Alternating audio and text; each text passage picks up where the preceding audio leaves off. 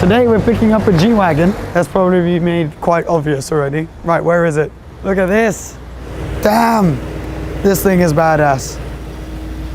Hi guys. How are you? Hi. You good? Yeah. This thing is so cool. All blacked out. I like what you've done.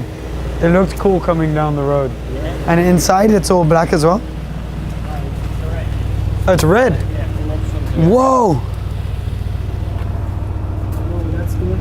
Oh, sick. Right, hello legends. You join me, obviously, in a G63, which you may or may not, I'm not sure if we're putting it in this video, have just seen me taking delivery of. I'm gonna make a full video on this car, but I wanna spend a little bit of time with it. I've got it, you know, for most of the week.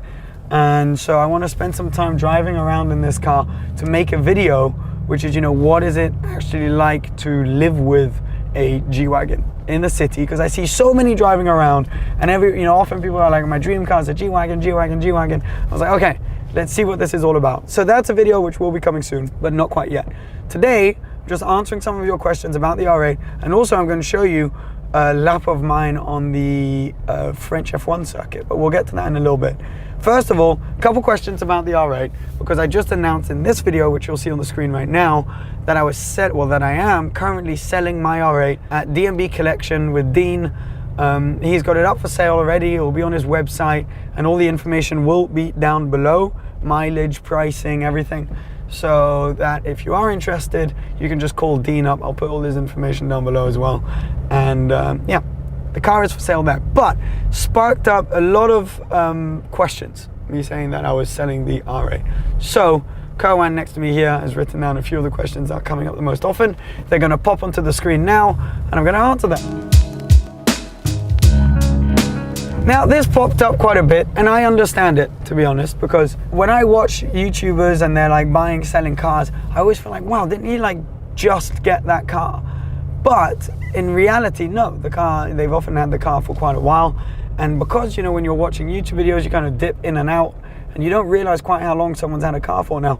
I know a lot of people are saying, God, it feels like you just got the R8. It's actually been a full year, full 12 months that I've had the R8, which is a decent amount of time to own a car like that. You know, I put a decent amount of mileage on it. And so yeah, I just figured it was kind of the right time to sell for various different reasons.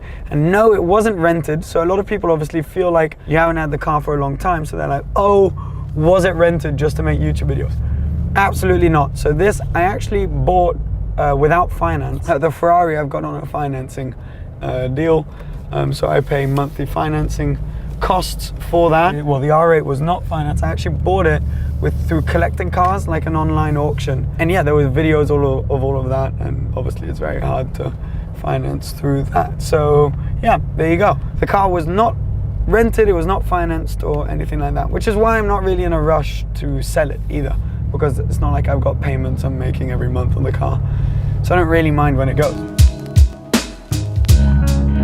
Yeah, this was one that kept coming up. Why did I not just put French license plates and keep it in France? So there's a very, very simple reason, or two very simple reasons for that. One, it's extremely expensive to register a car like that in France these days. Because of the pollution outputs of the car, it's just crazy expensive. And in 2021, they're raising that even further. It's like 20,000 or 25,000 to register that car in France. So that's reason number one, which I'm sure we'll all agree is a pretty good reason. Reason number two is because it's right-hand drive, and effectively right-hand drive, that car would be unsellable in France. So it made no sense to register it in France because, yeah, just I would never be able to sell it again, and it would cost me a fortune. So might as well keep it in the UK, sell it in the UK, and that's what we're doing, obviously.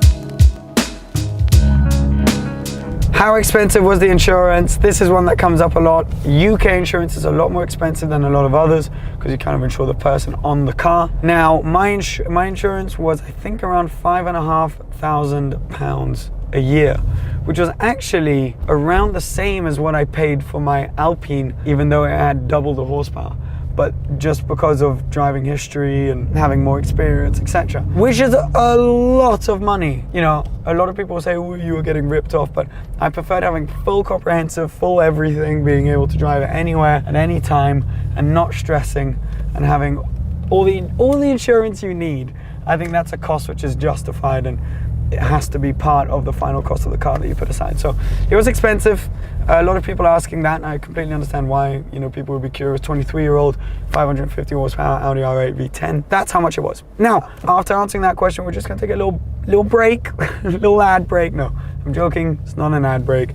It is just a video of me driving around Paul Ricard track. I went this weekend and I didn't think it was a full video, but I thought, you know what, I'll splice it into Wednesday's video. It's me in the Dallara, which is an absolute track weapon, full carbon chassis, 400 horsepower, 800 kilos of downforce. So anyways, just enjoy the lap and a bit of my French commentary with subtitles. Alors la famille, on est en circuit là. Je suis avec Daniel en Dallara et c'est dingue. Le freinage de cette voiture,